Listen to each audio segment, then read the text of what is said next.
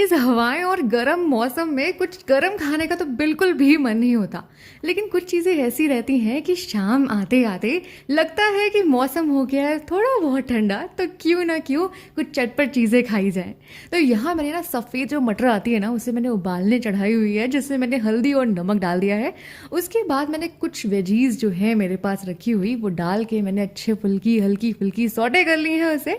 जैसे कि प्याज, टमाटर, गाजर, हरी मिर्च। आप इतना कुछ डालने के बाद ना इसमें डाल दो नमक, लाल मिर्च और थोड़ा सा भुना जीरा पाउडर। उसके बाद जो मटर उबाल के रखी थी वो डाल दो और धनिया छिड़क दो इस पे। अब ये बताओ कि आपके सिटी में इस रेसिपी की नाम क्या है भाई? यहाँ तो हर जगह अलग ही नाम बोला जाता है इसका।